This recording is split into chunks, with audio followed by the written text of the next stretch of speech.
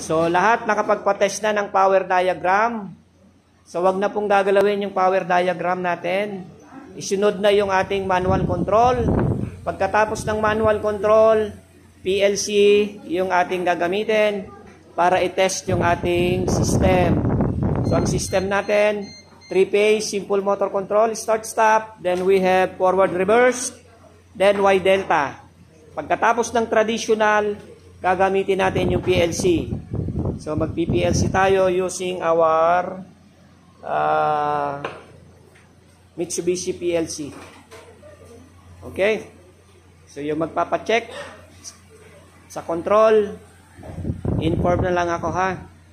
So, ito po yung ating mga BET student ng CAT College dito po sa Legazpi City, Bicol.